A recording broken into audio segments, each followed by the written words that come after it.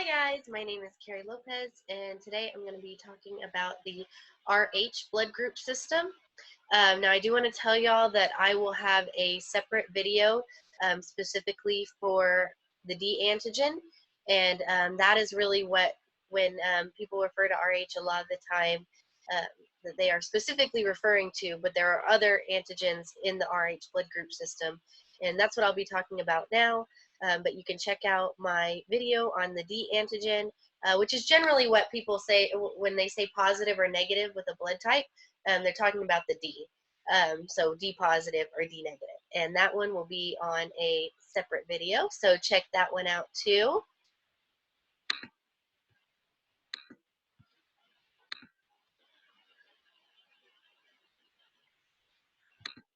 So this one's going to be the RH blood group system.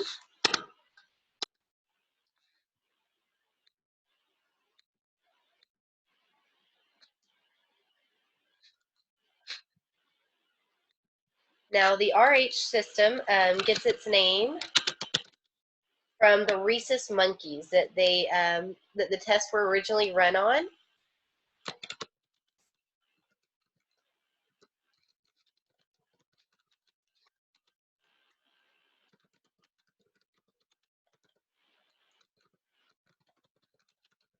Originally run on. And so this RH comes from this rhesus.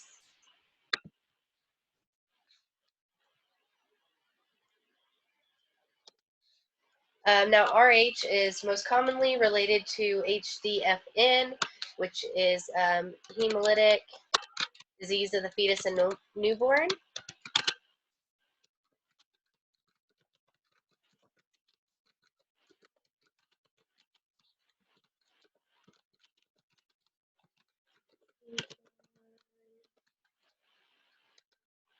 It's also associated with hemolytic transfusion reactions.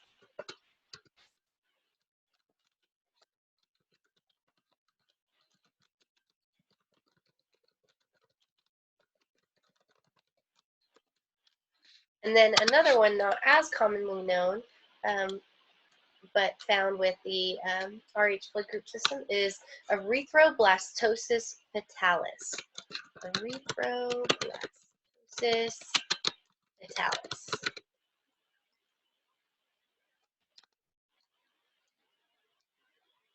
And your RH system is generally IgG. And if you can't remember that, but you can remember the hemolytic disease of fetus and newborn, know that it crosses the placenta. IgG, the optimal temperatures are 37 and AHG, which is your anti-human globulin. Now, something really important about the RH system is, especially D antigen is the most immunogenic of all the blood group antigens, and RH in general, it takes less than 0.1 mil of RH blood can cause antibody production in the person that it's transfused in, or the maternal.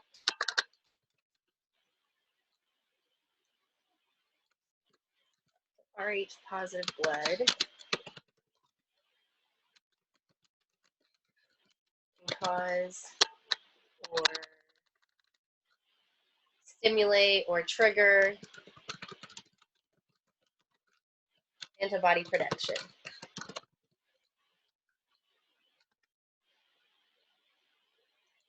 Now, they are found codominantly, so they are codominant alleles. And if you watch my other video, to tell the difference between like the locus or loci and the alleles, locus or the loci is like a coffee shop that you go to. That coffee shop stays in the location it's at all the time. And then the alleles are kind of like the drink you get. That can change from day to day. So put 3.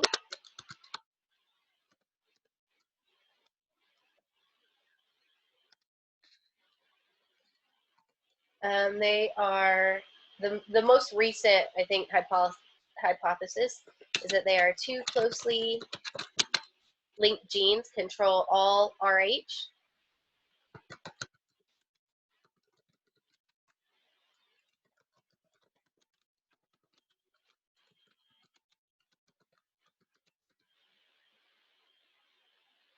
And the 2 of them, the 2 that we're referring to, is going to be RHD,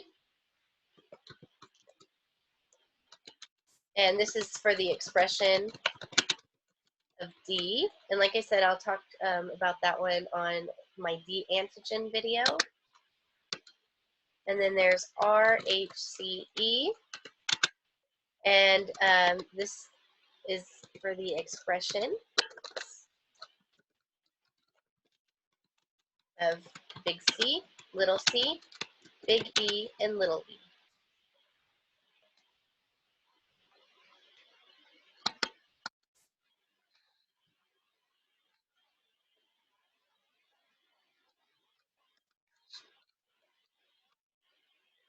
And then there's some terminologies we need to talk about. And the first one I'm going to talk about is Fisher race.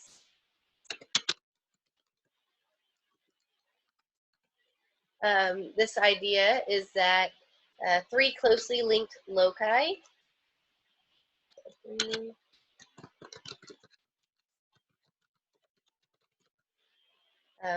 loci, and like I said, those were in comparison to alleles. The loci is at a is like your location, and what I was given as an example is a coffee shop. Your coffee shop doesn't change its location at all. However, the drinks you get on a daily basis can be changed. So from people to people, the alleles change, yet your location stays the same. So 3 closely linked loci, and then you've got big D, little d,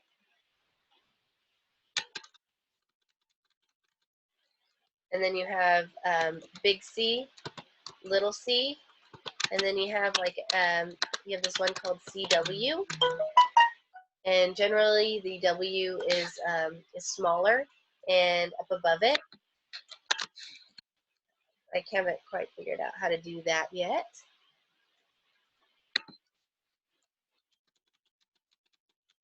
And then we have big E or little e.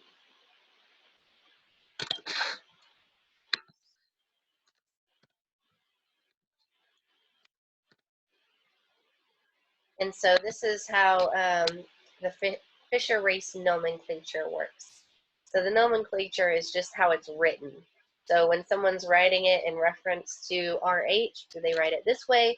Do they write it the Wiener's method or the Rosenfield? So this is a Fisher race. And now the next one is Wiener. And the idea there is that RH antigens are controlled by 8 alleles at 1 gene locus. So RH antigens controlled by 8 alleles at 1 gene. Now these look really hard when you start out, but I'm going to show you how to figure them out. And I would not ever just sit there and try to remember them all the different possibilities and just memorize them. But if you learn how to do it this way, then you can figure a whole bunch out with just this little bit of information. So first, D equals R 1, or the little kind of quote marks, but it's just the 1.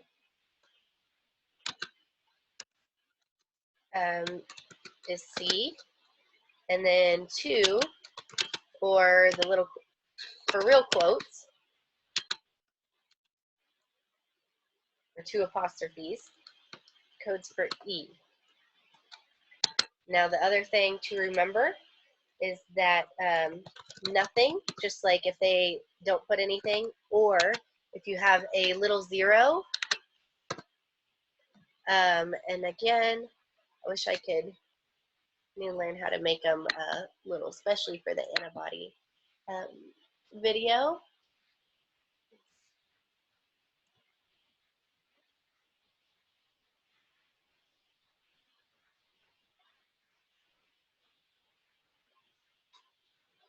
Let me put it this way. So let's say it was saying, oh,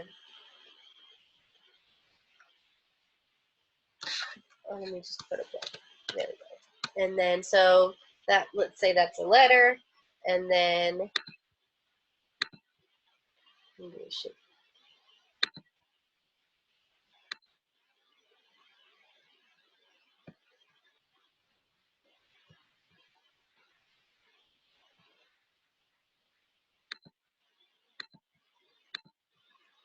Okay, so that's my equivalent of my little 0.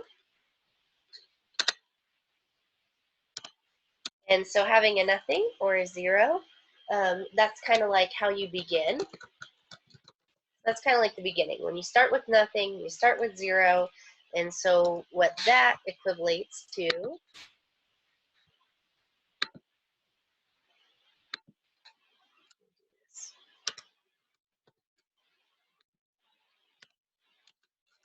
is small.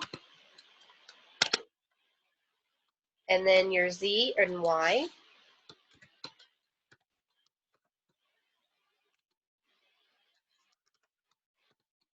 those are at the end, like the end of the alphabet. And so what that's going to correlate with is big.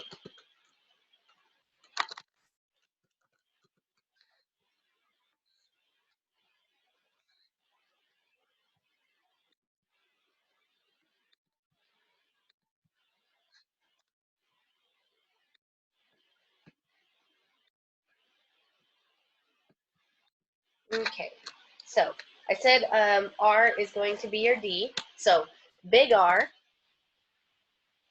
is going to be D positive. So big D. Little r, well, these next to each other.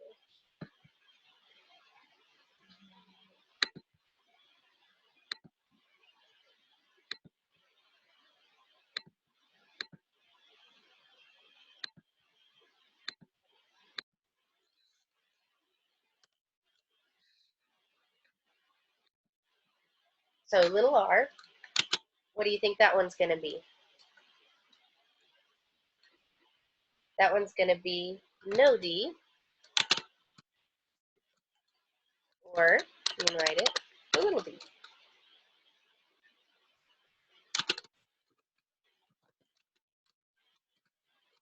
But really, it's going to mean no D. Now then, our little spacing here, copy that. So anything, and then this little O, or 0, 0 is what it's meant to be.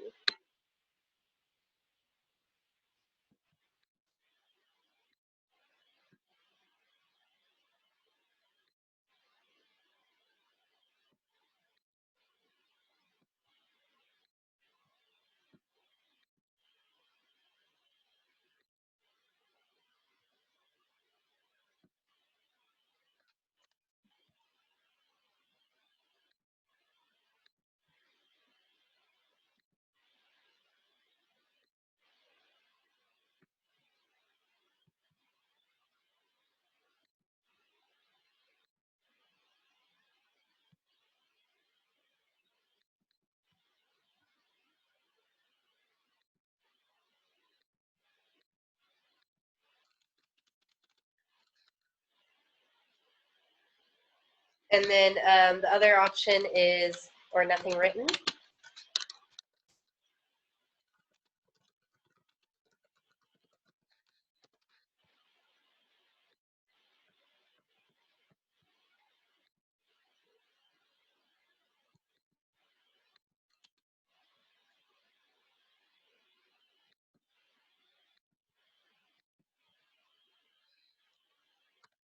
That is going to be little c, little e. So it's referring to your C and your E, but it's talking about without. So come up to here where it has nothing or that 0. Remember, that's where you start. That's in the beginning, and that's going to refer to your small letters. So it's going to be little c and little e. Now your 1 or single apostrophe, excuse me, again, is going to refer to your big C.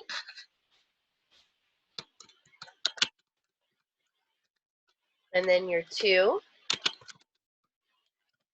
or your 2 apostrophes or the quotes mark is going to be your E. And they go in alphabetical order too. So if you can't remember which one is 1 and which one is 2, they go in alphabetical order.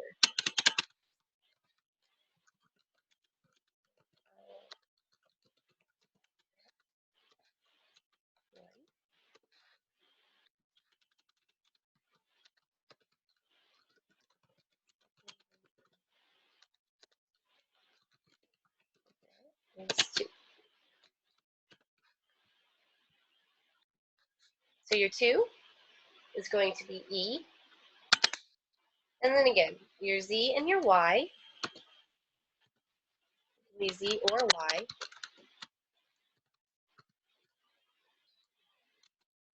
That, if you look up here, so your Z or Y is your ending. So that's your big letters. And so that's referring to the C and E again. So it'll be big C and big E.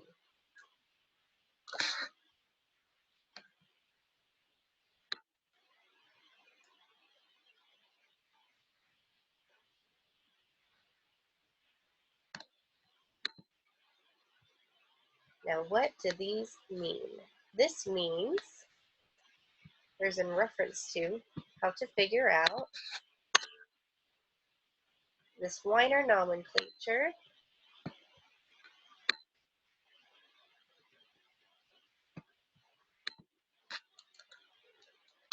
So this is the gene.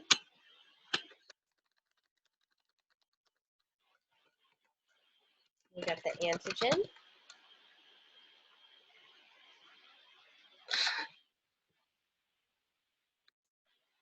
And I think this will take 2 boxes. So start with the gene. So the first gene is going to be R with the little 0.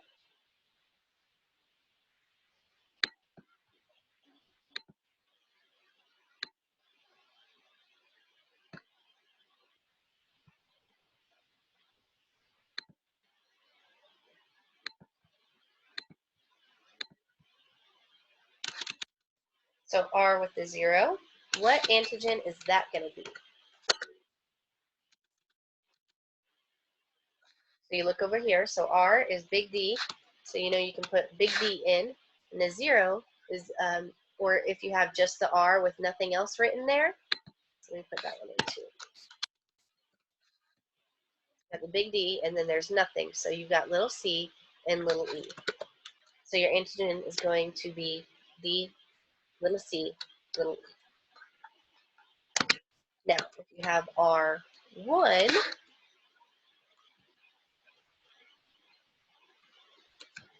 me see what I can.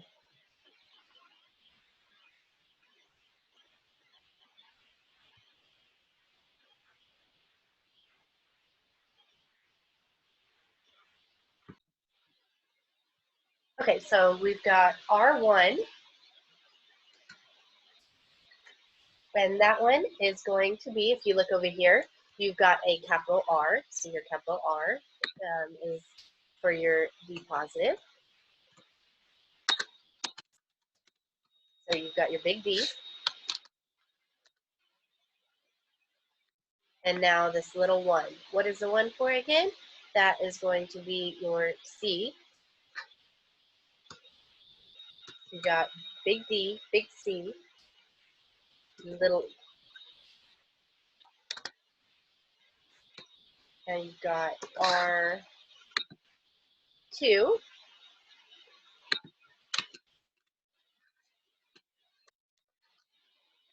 And again, it's still a big R. So you know you're going to have a big T. And then it's talking about 2. So that is your E. So you know you're going to have a big E. And it says nothing about your C. So you're going to, and again, if there's nothing written, it's a little C or a little E. So you've got a little C. You got an R, and it will be to the Z.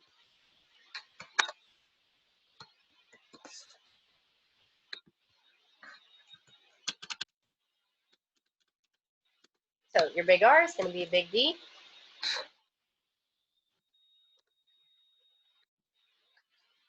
And then you've got a Z. So what's that one referring to?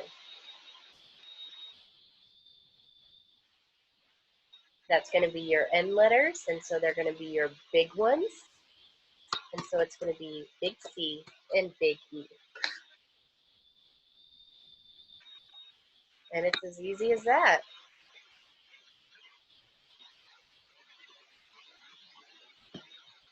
Now we've got more.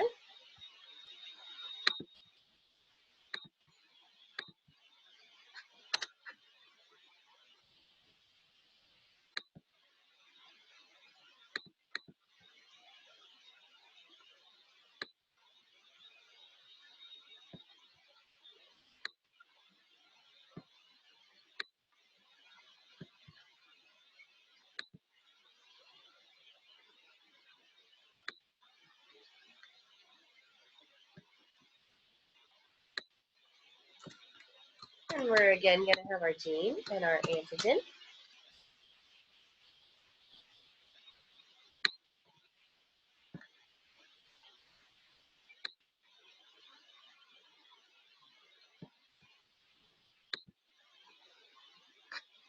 And so now these are all going to be little r genes. So if you have a little r, you go over here. That's going to be a little d.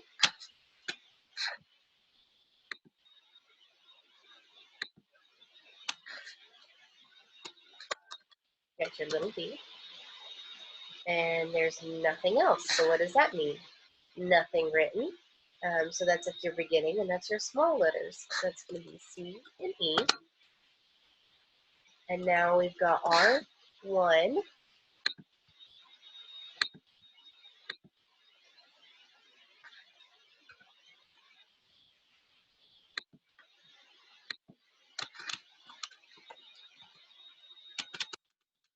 Now what's that one going to be? You've got your little r. So what is that? It's going to be your little d. And now your 1, what does that refer to?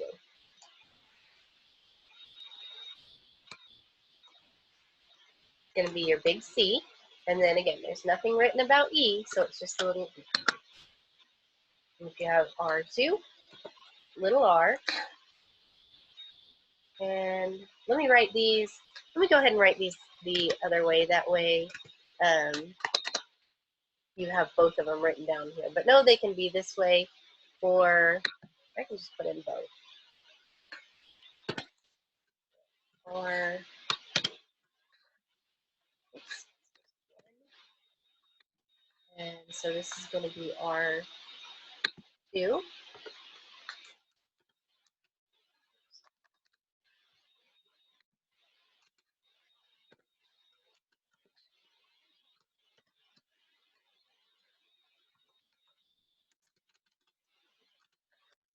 So if you have R2, little r, you know it's going to be little d. And your 2, what is that going to refer to? Well, it's nothing about C. You're going to have a little c, and then you'll have a big E. Over here, you got your 2, refers to E. And then you've got, let's say R, Y.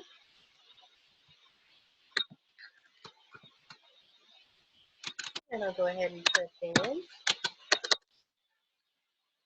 See how many times I'm going to do that before I remember the first time. So now we got R, Z.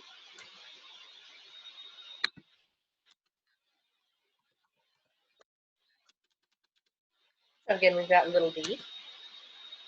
And then our Y or Z is going to be referring to the N. So by the N, you can have big letters. So it'll be big C and big E. I'm going to go back here and big R with one apostrophe. And I'm going to put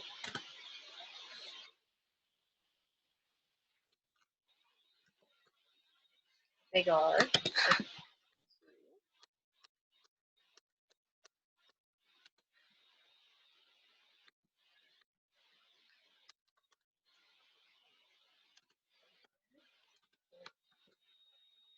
R, Y.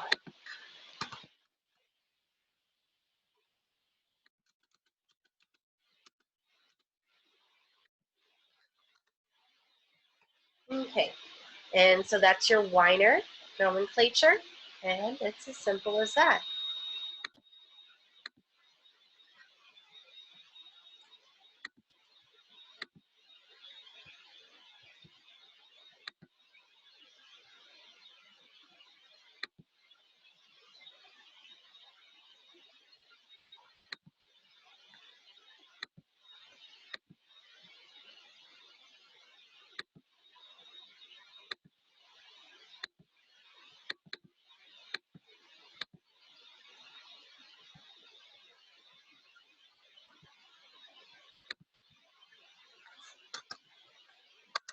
And I hope that helps everyone. I know that's something that is you generally have a hard time with.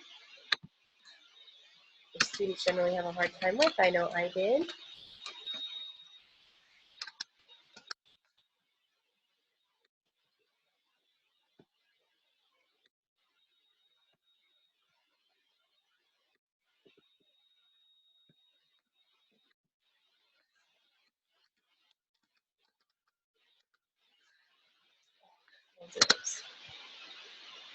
Actually, I think now I can put.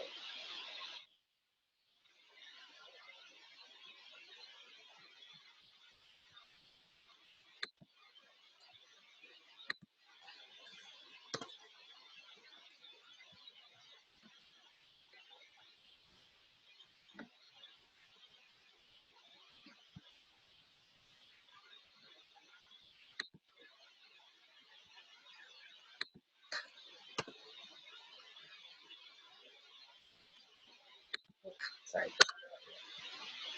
Zero, and then this is going to be little r, the 0.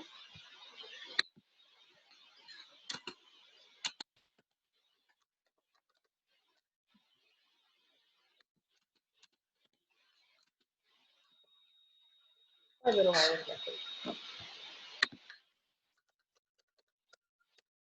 There we go.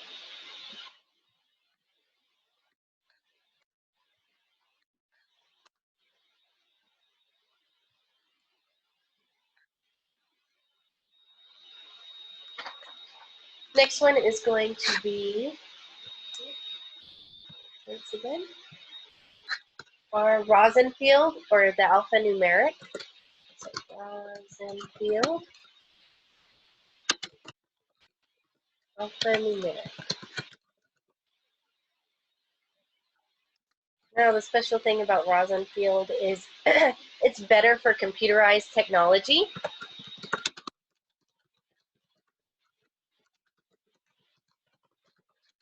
Obviously, seeing me fumble with the exponent letters here, and or scripting is not always compatible with whatever you're putting in, and not always easiest or fastest. And so they really need to have something that is widely used in multiple facilities. So you've got RH1 for Rosenfield is D. And then you've got RH2, and that's going to be your C. And RH3 is going to be your E. Then you've got RH4. And 4 is going to be your little c. And we always put a line over them to like dignify that they were little, or signify that they were little. But however your teacher prefers it.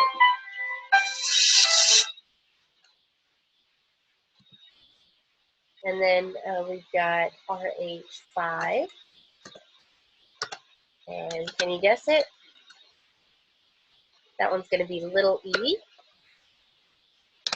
And then RH6 is going to be little c, little e. And what this is called is cis-CE or F antigen. I'll talk a little bit more about that later.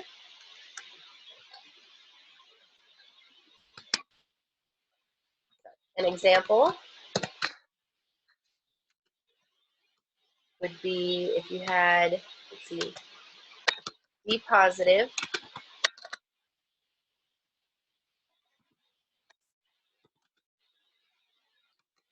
C positive, E negative, little c positive, and little e positive.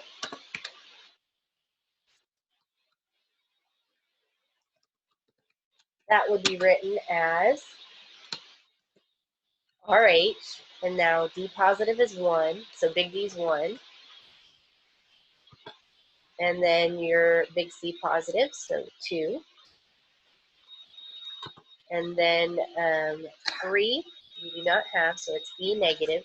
You put negative 3. And then 4, you have 4, you've got little c and little e, so you put 4, 5.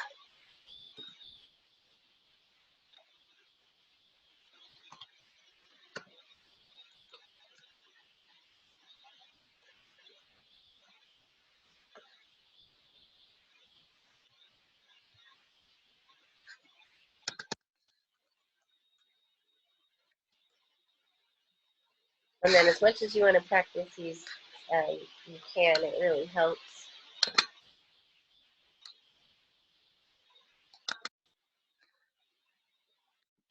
Okay, so that's our nomenclatures. Now again, I'm going to talk about the phenotype and genotype a little bit. So phenotype,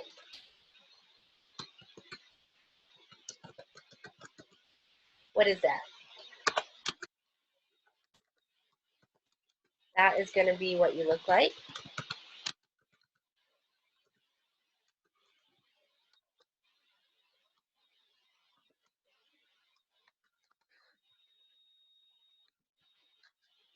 So your example is group A.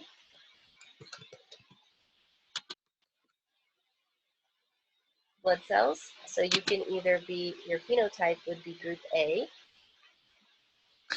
whereas your genotype would be AA or AO, or let's say B positive. So that would make you an A positive person.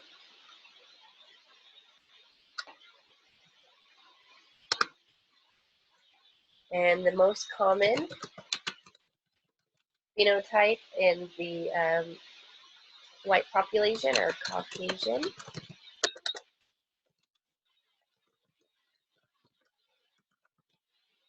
is going to be big C, little c, big D, little e. And then sometimes they'll,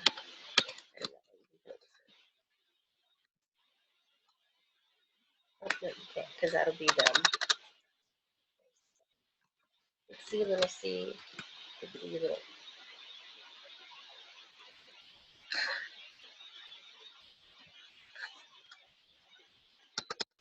Now your genotype. What is your genotype? It's going to be your actual genetic makeup.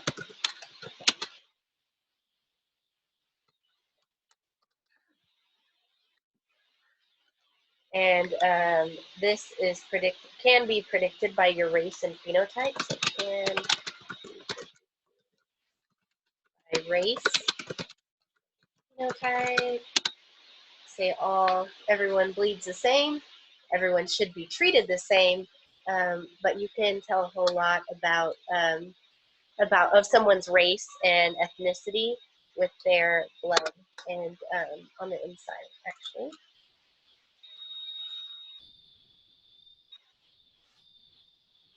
Now, we can do forward grouping and reverse grouping and antibody testing and antigen testing to find someone's phenotype, but their genotype can only be figured out with family studies.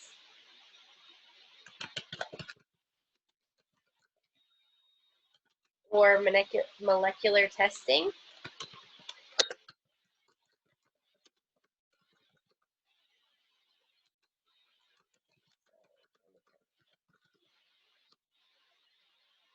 Only family studies or molecular testing can determine your genotype. In your example for this would be, instead of group A or D positive, it would be AA or AO.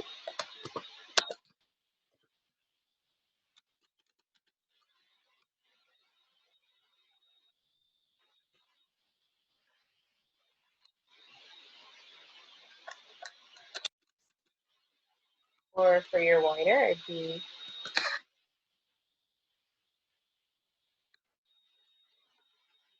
R1,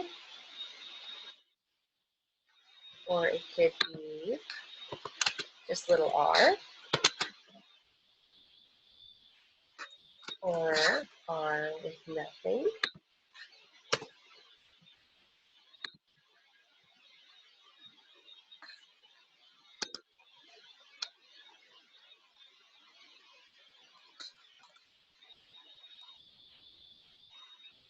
Now, your most common genotype in the Caucasian population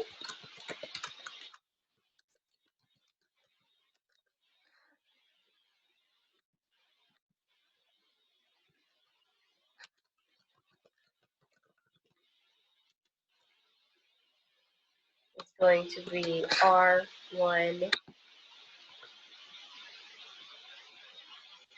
with a little r. So that's going to look like what?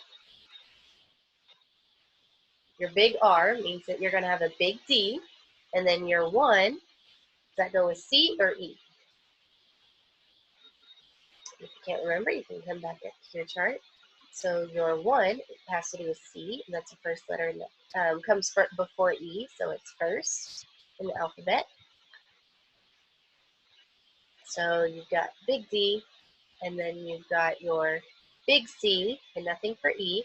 So that would be written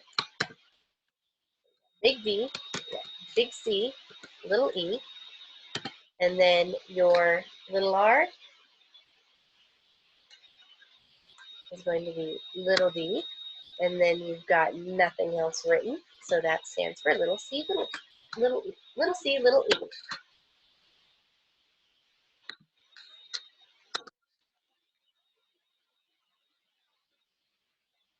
Again, if you can only remember that the most common genotype in the Caucasian population is big R, R1, big R1, little r, then you don't have to sit there and remember that that is also big D, big C, little e, and then DC, little DCE, if you know how to figure it out.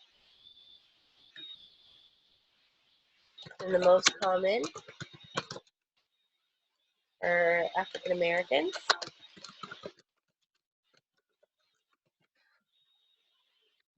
And we already know this is genotype. So the less you have to read, the more you can retain. So most common in African Americans is going to be R0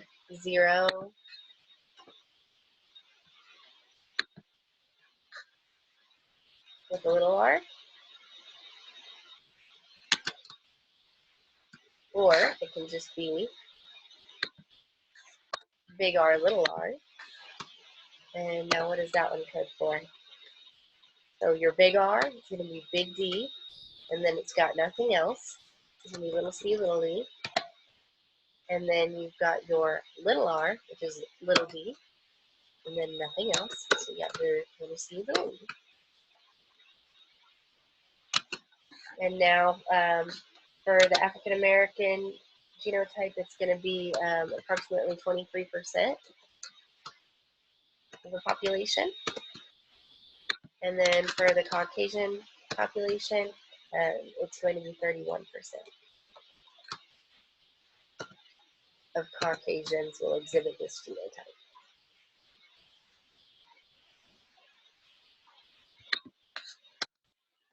Now I got a nice big chart. You don't have to memorize this chart by any means.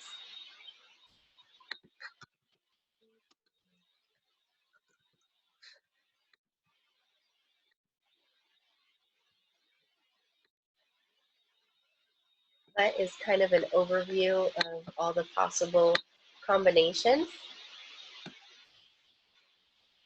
with your big D, big C, big E, little c, little e.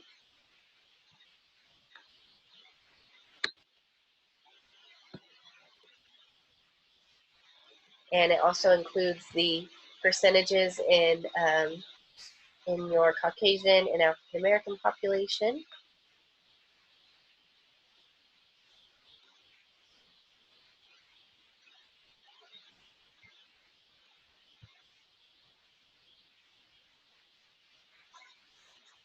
So if you ever want to pause and look at that, you can.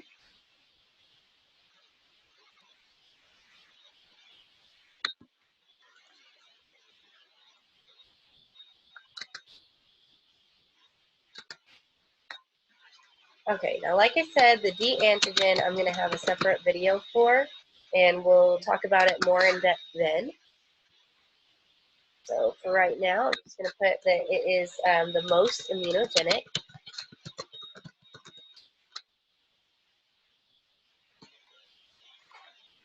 And so less than 0.1 mils of Rh positive blood can cause antibody production. So less than 0.1 mils, if the body is exposed to that, either from transfusion or pregnancy, can stimulate the body to make antibodies.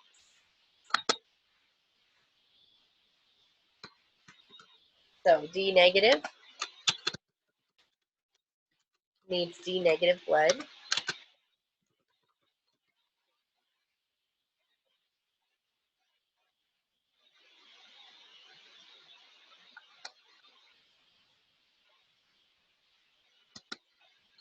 And your big one to watch out for is HDFN, which is your hemolytic disease of the fetus and newborn.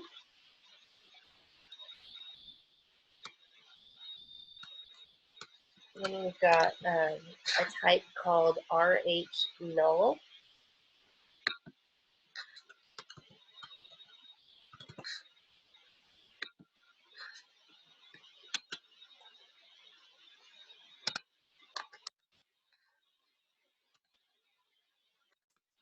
And what this means is that no RH antigens. So kind of like, what is the equivalent of having no antigens for the ABO system? What is that called? It's a specific name, and it starts with a B. It's going to be your Bombay phenotype. So the equivalent of Rh null in the ABO blood group system is going to be your Bombay. And so these exhibit no Rh antigens. And something special about this is oftentimes people who are Rh null have hemolytic anemia.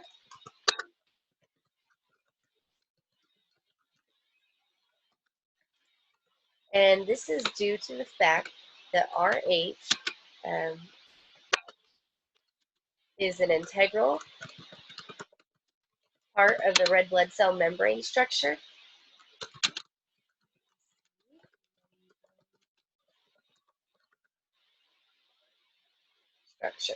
And so what happens is your cells a lot of times just, I think it's anesicytes, they have a, not different sizes, they have,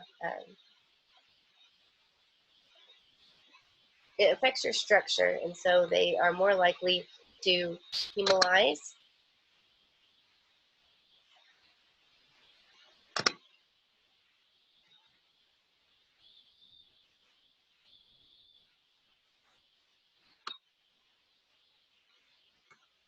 And now your Rh antibodies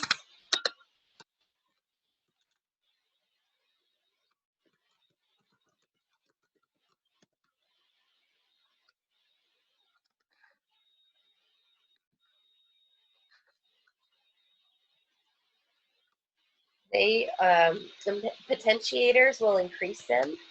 So potentiators will increase.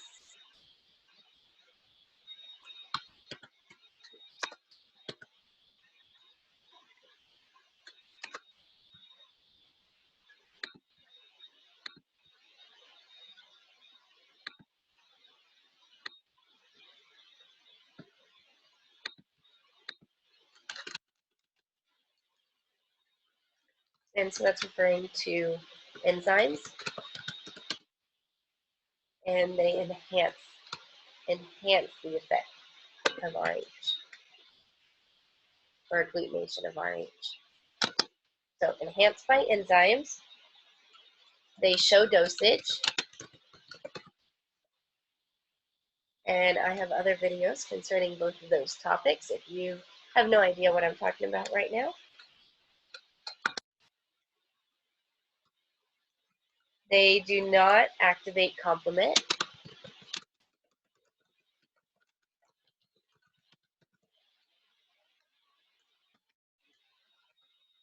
But they cross the placenta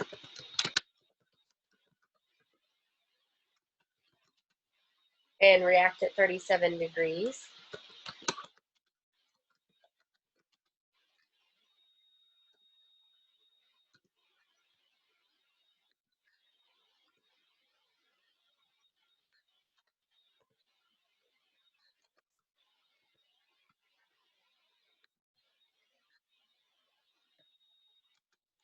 So they are clinically significant.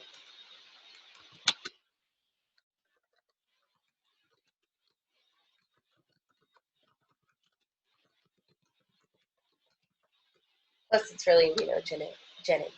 The most immunogenic is going to be your D.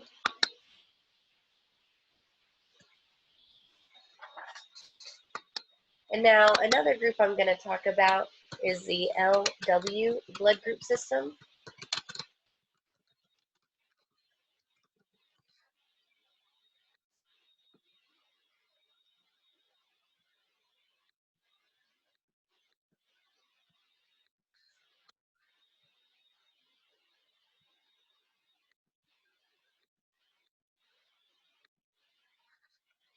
Now, they are phenotypically associated with Rh.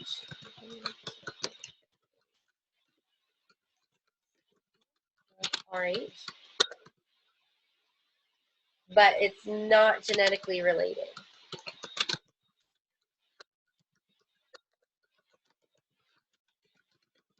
But this phenotypical association is why I'm talking about it with your Rh group. So what actually happened is the rhesus Talked about rhesus monkeys earlier and how the RH group got its name. So the rhesus antibody produced by guinea pigs and rabbits was actually directed towards this LW group.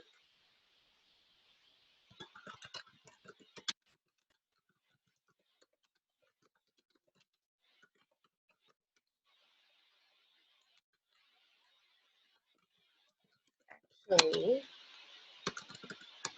directed towards LW group.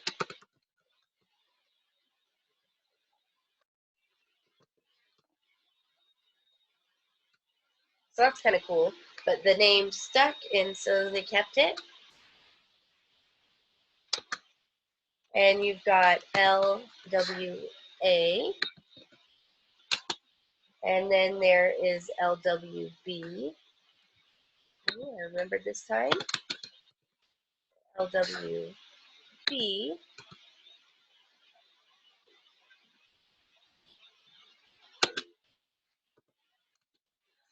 And then you have a, and remember that side. And you have a capital L, capital W. Now the most common inheritance pattern is going to be the LW, and it'll be A positive, B negative.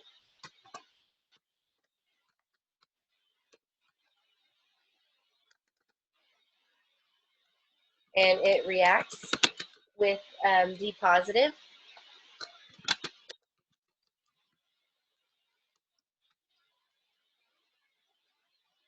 and it also reacts with D negative cells.